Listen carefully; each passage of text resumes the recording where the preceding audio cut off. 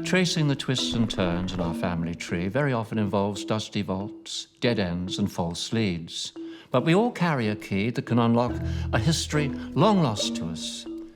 It's our DNA. 12 New Zealanders have had their DNA tested, and that's going to help them to solve old family mysteries, uncover ancient forebears, and even find a fortune or two. Stay tuned for a fascinating ride. Now, learning about our DNA shows us that our differences pale by comparison to how much we share. So many of our ancestors were brave enough to set off for a new land. Singer Stan Walker and politician Jacinda Ardern are about to discover they have relatives all over the globe, people who boarded boats and planes to see what the other side of the world looked like. This is me. These statues, I've seen them my whole life. I get to see them in real life. It's quite surreal, actually. Turns out my relation was really the only one that ended up in New Zealand. The rest of his family came here. Political bright spark Jacinda Ardern is keen to discover more about the people who have populated her past. Now, while she knows a great deal about her Scottish and Irish ancestors, I can also tell you that she has relatives who speak French and a number who saw the end of slavery in America. But let's first find out how Jacinda sees her family. I definitely would describe myself as a really family-orientated person. My family's really, really important to me, but unfortunately in the last few years, we've been all in different corners of the world. My parents are living in the Pacific Islands, my sister lives in the UK, but of all of us, I think probably I'm the most family-obsessed one of all of us. So yeah, family's really important to me. There's a little bit of mystery on my father's side of the family, never being entirely clear who my biological grandfather is. My sister was doing her science homework one day and asked my father for his blood type and then for my grandfather's, and with that simple wee piece of information, realised that it was quite impossible. Jacinda, welcome. Thank you, Richard. Sit yourself down. Thank you. Make yourself at home. Now, how did you get into politics?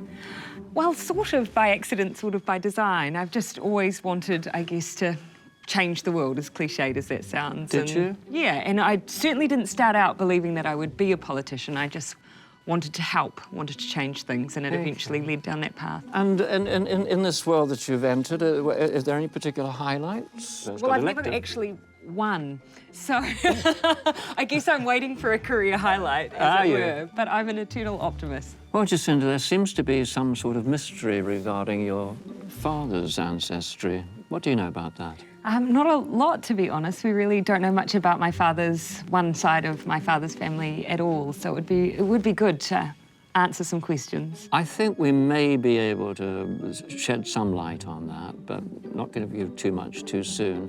Right, we've got some of your results, and if we look at the screen over there, we'll be able to see them. So, we've got 54% British and Irish, 29% Northwestern European, and that tallies with your family tree, of course, but there's a couple of interesting numbers. 10% French-German, 3.7% Scandinavian. You also have a small percentage of Eastern European DNA. Does that come as a surprise? Yeah, it does. So where do you think you might be headed? If I were to put money on it, I would say Scotland or Ireland. That's always been where most of my ancestors are from, so that seems the most obvious place for me. Yes, well, yes, there might be a couple of surprises here for you. I'm not going to say any more. I'm going to give you this device with which you're going to keep in touch with me and me with you. Thank you. And I wish you bon voyage. Thank you very much, happy Richard. journey. Thank and lots you. of discoveries. Thank you very much. Thank you for coming. Thank you. Well, Jacinda better pack a sun hat because she's about to discover that her father's ancestors rather like the coast around the Mediterranean. Well, who doesn't?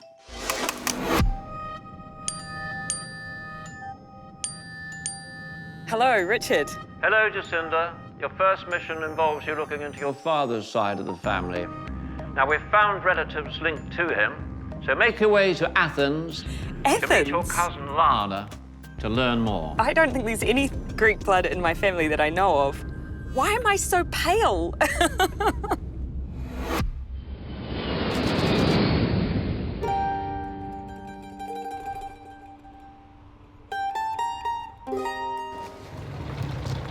I've always considered myself to be grade A pasty. My father, he's a completely different shade to the rest of us. And so, yeah, we've always had questions around where that might have come from. That says, yeah, that's probably a little bit of Southern European, Italian, Greek. So apparently I'm meant to be meeting Lana here somewhere. I'm told that she is my fourth cousin. I thought all of my cousins lived in Hamilton and the Hawke's Bay, so this feels pretty exotic right now.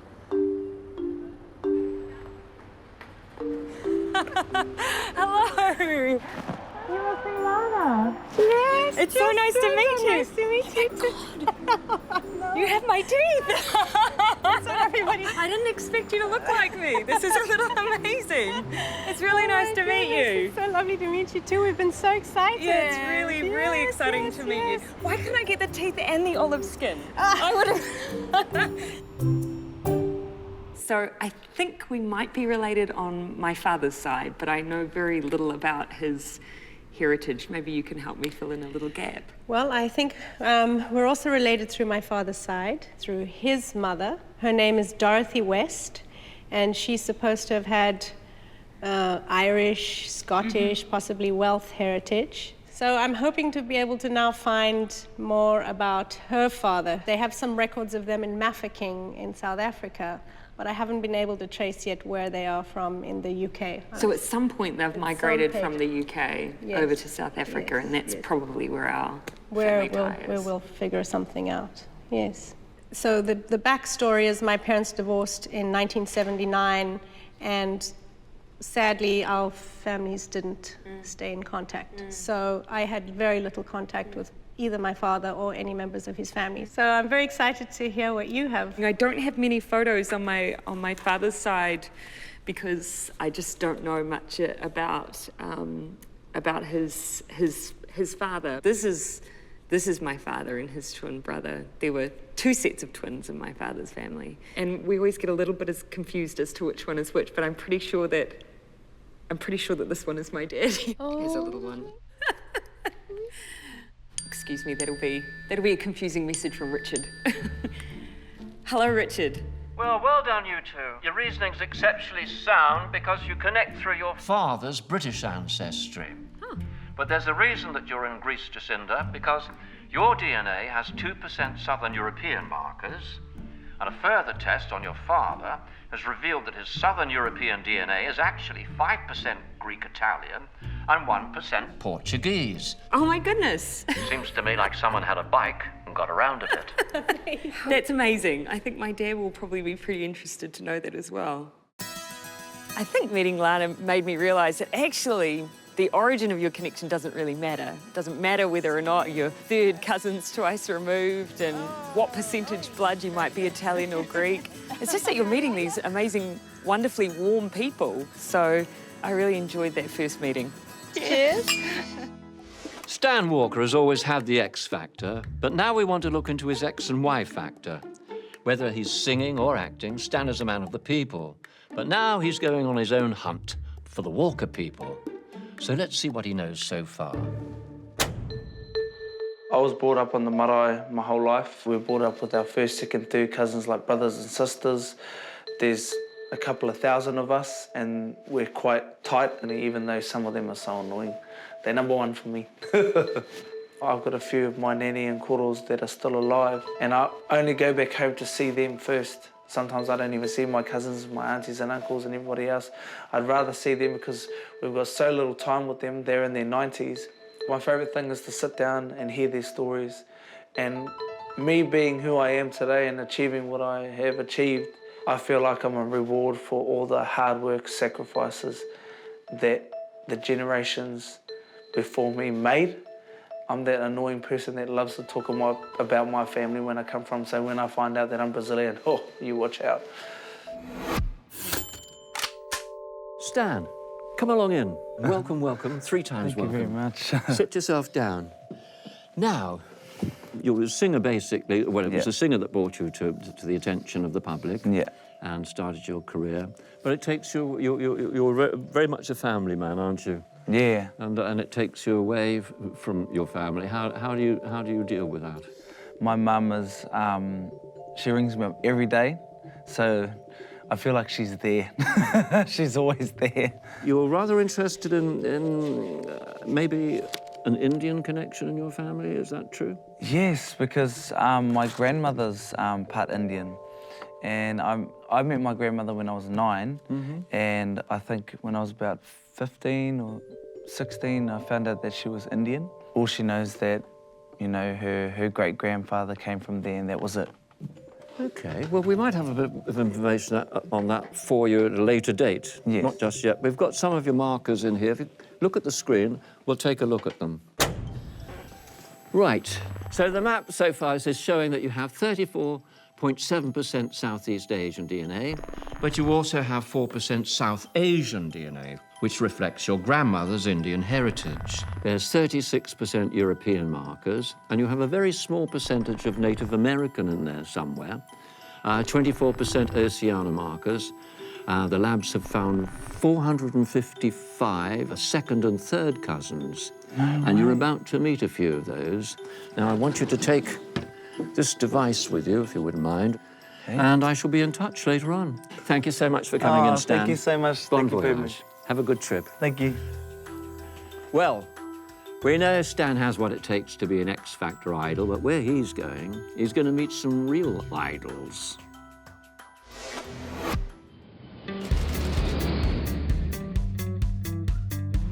Stan's landed in California to meet a connection that's a lot closer to home than he might have imagined. I don't think I had any family or knew anybody or, you know, was related to anybody in America, so this is going to be really weird. Oh my gosh. Kia ora. Kia ora. Yeah. Stan, Yes. welcome. Nice Kia ora. to meet you. I'm Zena, Kia ora. and I think we're relatives. Oh my gosh, this is so... And we have a surprise for you. Oh, really? Yes, come with us. Kia ora. Kia ora. My name's Stan. Stan, my name's June. Nice to meet you. Same Oh my here. gosh, this is really amazing. All right. And I guess I heard we were related somehow. Somehow. My father was Kaihu Renata. The Renatas. Renata, yeah. Oh my gosh, there's heaps from back home. And there he is. I had 2 brothers and a sister, and my mother and father were from England. I couldn't figure out why I was brown and they were white. And then one day, a tall Maori came, Kaihu, to see my sister. Well, that's when I found out that my sister was my mother. Oh my And gosh. my brothers were my uncles. And my parents were my grandfather and grandmother. Oh, true. I was told the truth that Kaihu Renata Tinahuru, he was my father. Wow. When I was about 20, I met the sailor. He was drunk. They stumbled across the dance floor and one said to the other, "I dare you to dance with that girl." That was me. He comes over and picks me up, swings me around. He pulled my dress and it came undone. So I had to go sit down, and that's how I got to know him. Oh. And you sailed to America? Yeah, I came into San Francisco on April the 7th, 1946. Far out. That was the Lurleen that took the war rides across. There's 1,200 of us on board. So you've been here for a long time now. Do you still feel, as a Māori, do you still, being over here I for so long? still think of the Maori connection. Yeah. You feel that strongly. Yeah. And all my kids do too. They go back there and they've met some of the family, the Maori side. Yeah. I just love your tattoo too. Oh, thank you. My cousin did this for me. This is a hammerhead shark. It represents my guardian. That's my grandmother who passed away, and my Yes, it grandfather. represents, every little thing represents something. That represents my marae, and that little koru there represents the baby that I lost. A lot of people just get it for the look, but this is, you know, this is our whakapapa, our history, and, you know, our family, and to bring something from home for you. Isn't that beautiful? Do you want me to put it on you? Yes, please. Great. Thank you so much. Thank you so much. Meeting June was really awesome for me. Just hearing her story was one of my favourite things. Her journey of life is incredible, and I feel like she's a woman of solid character. And after 70 years living in the States, she's retained a strong sense of being not just Māori, but being a Kiwi. And she's still strong with connecting back to her roots, especially for her kids and her grandkids and her great-grandkids. They're very proud of their heritage, and it's awesome for me. I'm proud to see other Māori who have never been brought up Māori, proud of their heritage. If you got Māori in you, you know, eventually it's gonna get you. Jacinda Ardern came to Greece to learn about her father's family history, and now she's about to find out that Athens is also a part of her mother's history as well. When I was a student, I always really loved history. I always loved politics. I guess Greece for me represented a combination of those two things. But being here and experiencing it rather than doing it via correspondence in the Morrinsville College Library is pretty special.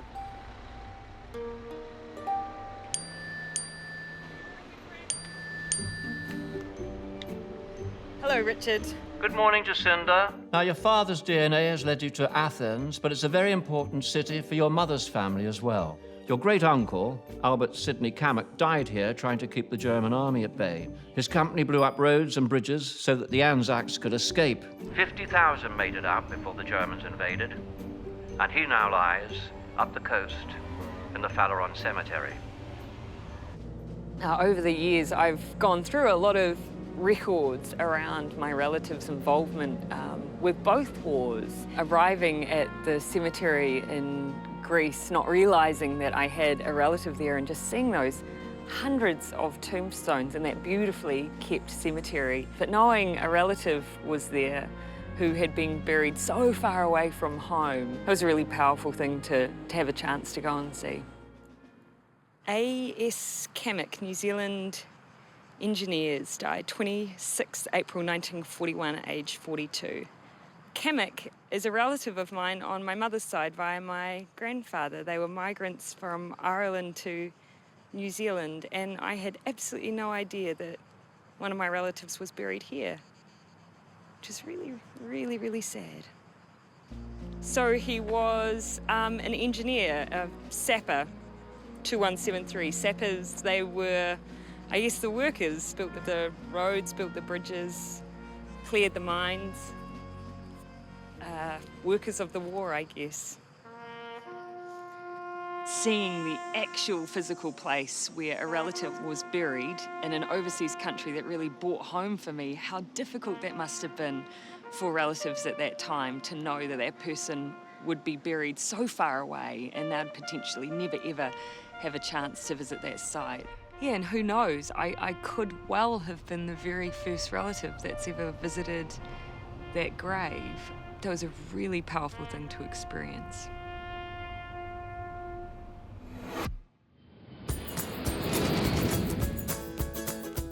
Stan Walker is on his way to Las Vegas to meet his cousin Klaus.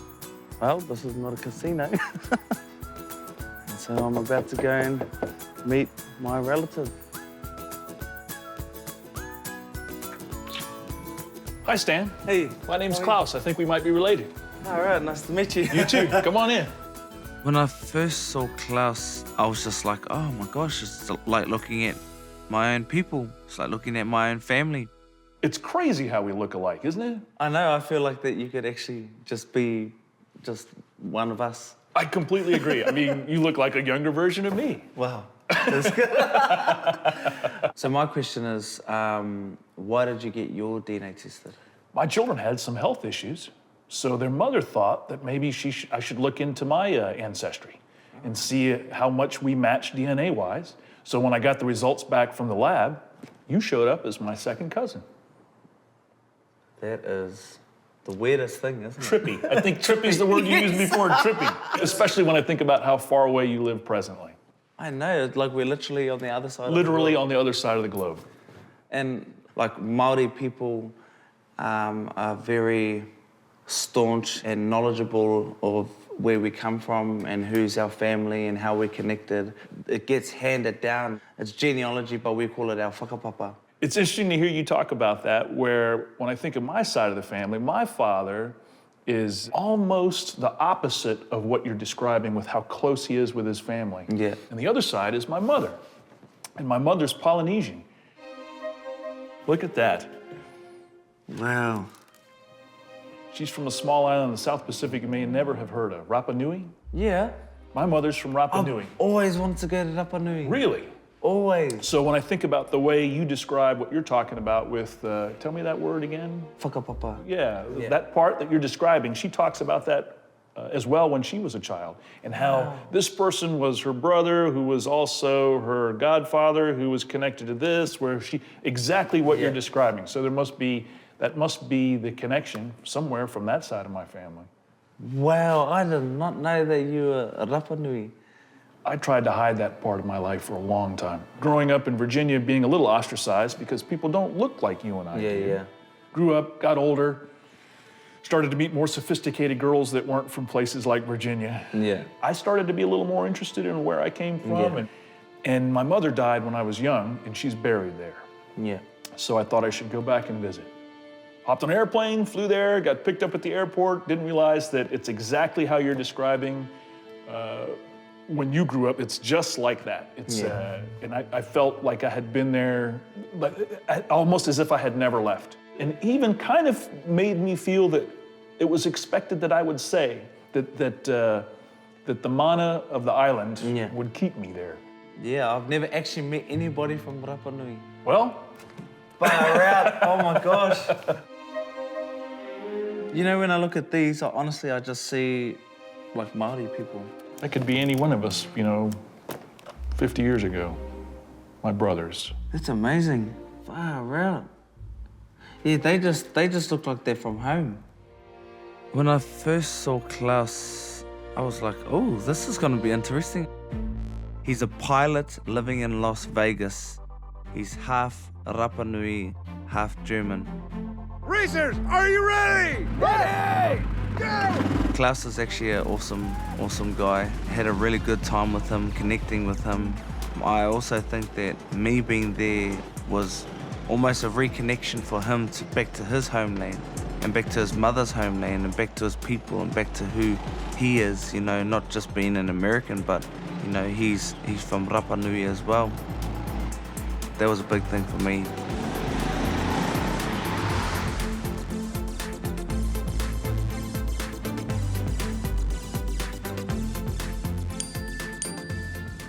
Here we go. Sorry. No worries. Okay, sorry to break up the family party, Stan, but another family reunion awaits you. So pack your bags, you're off to Klaus's motherland of Rapanui. I am going to Rapanui. Did you know about this? I did. No way. Jacinda Ardern is digging deeper into her Irish roots. Having discovered her great-uncle died in a battle in Athens, she's now in Syracuse in America to meet Bruce, another cousin from her mother's side. So I'm really excited to be learning a little bit more about my mother's side of the family. The Cammocks came out from Ireland to New Zealand, and I think it's kind of easy to believe that that was the beginning and end of their story in a lot of ways, but turns out my relation was really the only one that ended up in New Zealand. The rest of his family came here to Syracuse. And the reason I'm happy to learn about this side, well, my great-grandmother, Louisa, her mother died after giving birth to her, so she knew almost nothing about this side of her family. So pretty special to learn a bit more about them and to be here to do it. Jacinda's great-great-grandparents, Esther and Alexander Cammock, sailed to New Zealand in 1867. And while they were doing that, Alexander's 2 brothers and sister emigrated to the USA, where the family remains deeply entrenched. Hi, you must be Bruce. Hello. Oh, it's such a Jacinda. am. Cousin. Such a cousin, How are Bruce. you? It's How such are a you? pleasure to meet you. Oh, it's great. Thank you so and you much. came all this way. Just for you, Bruce. That's right. What a great trip, huh? It's been Yeah, wonderful. yeah. I didn't think I would end up in Syracuse, This I have is to a say. strange place to meet people. It's though. unusual. Yeah, A graveyard, especially yeah, unusual. especially this one. Yeah. Yeah. So you've got family members right here. Right here, right here. That's my grandfather. Alexander, that seems Yeah, to run through yeah. the family, They do, that it name. does. I have a map. These are all relatives. And so there's some hidden. Kameks scattered around here as well. Oh, yes, yeah. Yep, yep. So his mother was a Kamek, Yes. Margaret. Ah, Margaret, so my great-great-great auntie. Yes, Ah, correct. right. Oh, Yeah. fantastic. So made the link already. The great thing about meeting Bruce was it was such a direct connection. We knew exactly how we were related and via who, and that meant we could talk about people and stories. So Isabella, who I think would have been your great aunt, she died 3 weeks after giving birth to my great grandmother. Yeah. And Louisa, she went off to live with the other side of the family, never knew anything about her mother or her mother's family. Okay, so we're headed up here to where Isabella and Hugh are buried, according to my map. And so that would be who my great-great-grandmother was named after. That's right, that's right, yeah. Well, I think it's Yeah. nice, even though all that distance, that Alexander went all that way to New Zealand, he still thought to name his daughter after his sister. Yeah. These were my great-great-great-grandparents, but Alexander is the only one that came to New Zealand here to Syracuse. And 3 other siblings came to the United States. All of them, bar him. So any idea why he chose New Zealand? He knew something they didn't know. Must Clearly. be. Alexander's sister, Margaret, who was my great-grandmother, she came here with a big brood of kids and settled in. She was here a long time. I mean, she lived another 40 years or more. Margaret and her husband, Hugh, my great-grandfather, had each been married once before, and then they married each other. So they had some of her children and some of his children and some of their children. And then a whole bunch more. Yeah. So, Bruce, it strikes me that there are a lot of Kameks involved in both World War I and World War II. Have you struck that as well? What I find really remarkable is how many New Zealanders went to war. 10% of the population in the First World War, and it must be 8% or so in the Second World War. Given that, it's not remarkable how many Kameks were involved. But, Of course. But sure, I think there are 8 or 10 who lost their lives in the 2 wars combined. When we were in Athens, we ran out and found Albert Sidney's gravestone. Oh, that's great. You can see that there. That's great, yeah. In the most beautifully well-kept April cemetery. 1941. Find There was where he another that I found who also, I think in the Netherlands, was killed. He was apparently very good at shooting down what they called flying bombs. And the flying bombs were the Germans' V-1 and V-2 missiles. So we had aviators and engineers. That's right. To hear the stories of the other half of the family that came to Syracuse, and to know that your relatives took a different path, and to know probably how close you came to never existing had they just settled somewhere else. Now, it was a really interesting conversation to have. I think that one thing that struck me, though, in having a chat with Bruce, was that both of us had some unanswered questions. And as Bruce said, well, you know, my relatives never left me a note. I think we should leave more notes, you know, because someone out there one day is going to be interested in our lives and the choices that we made. Hi, Richard. It's a long way to Tipperary, but you're not going there. Yes, it's Au Reservoir, Syracuse, and bonjour, Montreal. Montreal? Ah, mais oui. The most French of Canadian cities. And you're going to meet your DNA relative, Whitefeather, in her laboratory. Whitefeather? I have never heard of the name Whitefeather before. Well, I guess we're going to Montreal. Entertainer Stan Walker's DNA odyssey led him to America, where he met his cousin Klaus and learned of the family connection to Rapanui. And now he's about to learn a whole lot more.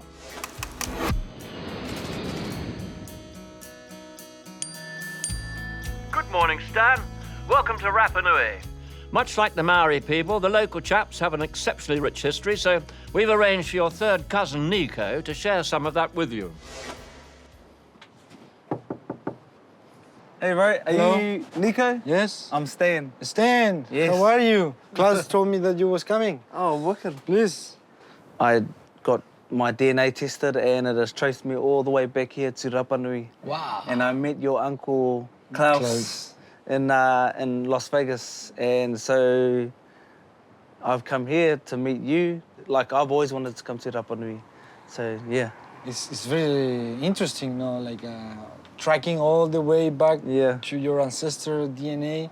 It's amazing, no? The island here, Easter Island, have a big history. No? In ancient times, there were great sailors that traveled all the way. So probably the whole Polynesians' descendants come from the same root, no? Yeah. So yes, there's this big ancient tale about the people that first get here.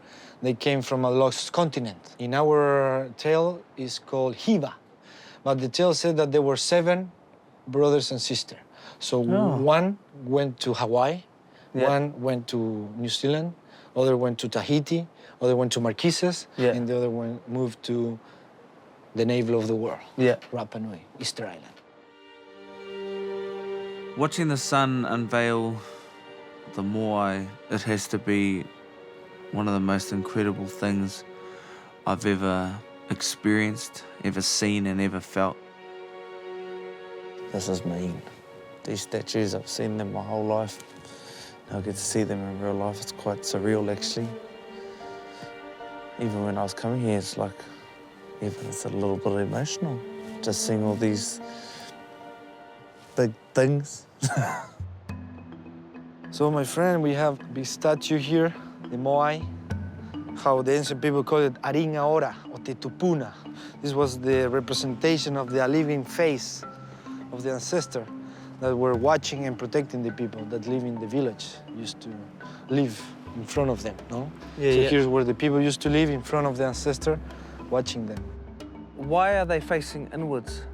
They believe about the spirits, no? That they were watching you from the other side all the time. From the other dimension, we can say that. And the idea was also to control the islanders. Because many people believe why they are not looking to the sea against the enemies that arrive. No? There were no enemies coming from outside. They have to watch themselves from themselves, from their own problems. What's the foundation, you know, which it's on, and what does this represent, all of that? The platform here that we call Ahu is the graveyard, is the place where they buried people. Because they believed was that the bones contains your mana, your soul. And then the Moai become like a representation of the person that is buried underneath. Politician Jacinda Ardern has been investigating her Irish DNA. Her forebears from the Emerald Isle favoured America, but some of them set up in Canada.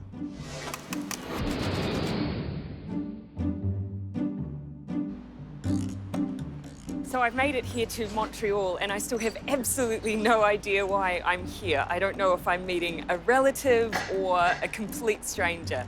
All I know is that I'm meeting them here at the university and that we're going to a lab. But for now, we wait.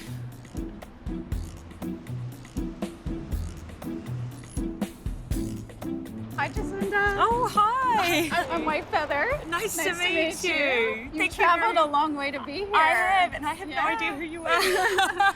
Well, you're going to find out. Oh, awesome. But I'd like to bring you into my lab. Okay. Okay? This sounds really ominous, but okay. Oh, it's going to be fun. Awesome. Yeah, Thank you. Thanks for meeting me. So Shall come we? with me. So Whitefeather, I still really don't have much of an idea as to why I'm here, and I'm hoping that you might be able to give me a little bit more information, a clue maybe. Am I related to you? The first thing I can tell you is that yes, we are related. Oh, wow. Okay. Yes, and in fact, when I sent my genetic information to be compared with yours, we were almost identical. Are you kidding? I'm not sure how far back our common ancestor actually goes, but we are very, very closely matched. Genetically, we're so similar we could be sisters. It's crazy. Yeah. And yet we've ended up in completely different parts. I know, it's amazing. It is amazing. Yeah. I think we have similar politics too, which is really nice. Excellent. Yeah. I didn't want to ask. Yes. Yeah, absolutely. The work that White Feather does is unlike any work that I'd ever come across before. I work as a technician here, and I'm a trained bioartist, so I have a formal background in fine arts. As part of my practice, I've also played with DNA. By working with it as an artistic practice and placing it in a gallery, you know, that's my method of interpretation to help people think critically about what happens. Accessible science. Exactly. At high school, I did a science project trying to find a natural way to stop bowling greens from being destroyed by this terrible bacterium. What you do is next level. Interesting. White Feather, yeah, she was wonderful to meet and really interesting to talk to, and I felt really happy to know I was connected to her in some way. Ultimately, I think the thing that I'll come away from this trip feeling overall is that as much as I've always thought my heritage was boring, you know, I was Scottish and I was Irish, behind that ancestry sits these amazing stories, these powerful, courageous individuals who I feel really proud to be connected to. There were some gaps in our family knowledge on my dad's side, and so it's been great to get a few more answers around where he's come from, and finding out that he's a little bit of Southern European in there explains a little bit. It doesn't change anything about anyone's upbringing or origins or stories, but it is good to know, and it's been really interesting to find out.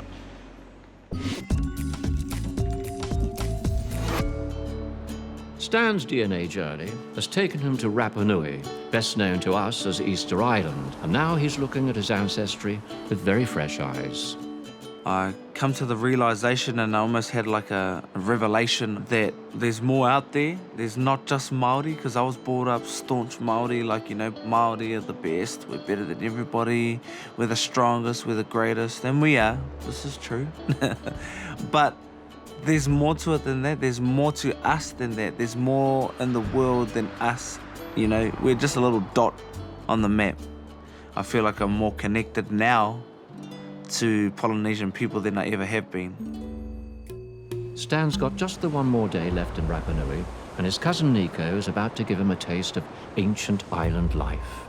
These paintings of the seabirds that were very important in ancient times, because it's how they get here, following the migrations of the seabirds. This kind of birds is called manutara. So these are very long time here because they mix it, you know, the soil colors, white, red here. They mix it with sugar cane juice, so it stays longer time. No? So we still can see them here. One of the only places on the island where you still can see this kind of paintings. So, how old are these? Well, it's very hard to know exactly the datation because there's no carbon. You know? So that's why the history of Easter Island is so mystic. No, mystical, because we don't know exactly when a statue was shaped, for example. Look at these. It's a long time. See, we don't have that sort of stuff back home in New Zealand. It's more carvings, you know, like our wood carving. We carved out everything. It's a different expression, no? Yeah. They also made petroglyph. No, like a carving, but on the stone. So they were living in the Stone Age, but in a very later period. We are still in contact with the nature. We can fish, we can spear dive. I think there are just a few places in the world where we can stay still living from the nature. And this is one of them. Meeting Nico was it was one of my favorite parts, just the whole experience. I keep fighting and pulling off. Bringing up when you feel it. Oh, I can see it. Oh! You see? Yeah. They're coming in. This is mean.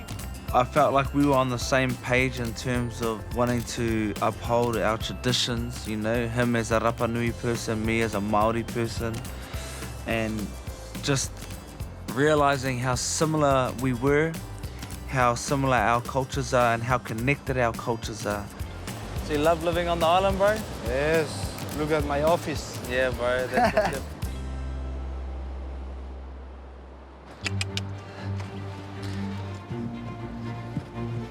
This trip for me has been very unexpected. I didn't expect to come to Rapanui. I didn't expect to go to LA. I didn't expect to go to Las Vegas. To come here and find out that, you know, once upon a time we were one people, Māori, Tahitians, Rapanui and Rarotonga and even Hawaii, you know, we were all one at once, way back in the days. You know, as Māori, we talk about Hawaii. We come from a place and everybody shares the same sort of story, maybe a different name, but it's a lost continent where we come from. We share the same history, just slightly different stories. I feel like I've come home in a sense, learning about myself, about my history, for myself and for my family. And yeah, it's been incredible meeting the people I've met, amazing, my relations on the other side of the world, in Chino Hills, in Las Vegas, and in Rapanui. To find out that these people share the same DNA, the same blood as me, I feel that same feeling, that whānau, that whakawhanaunatana. Yeah, it's awesome. I'm gonna take away that. More whānau. Che. Our DNA contains tiny hints that tell us how our forebears travelled. It shows us where to look, to uncover traces of their lives and the stories we find to help bring them back to life. I wonder who's going to be brave enough to take the test next week. Why don't you join me to find out?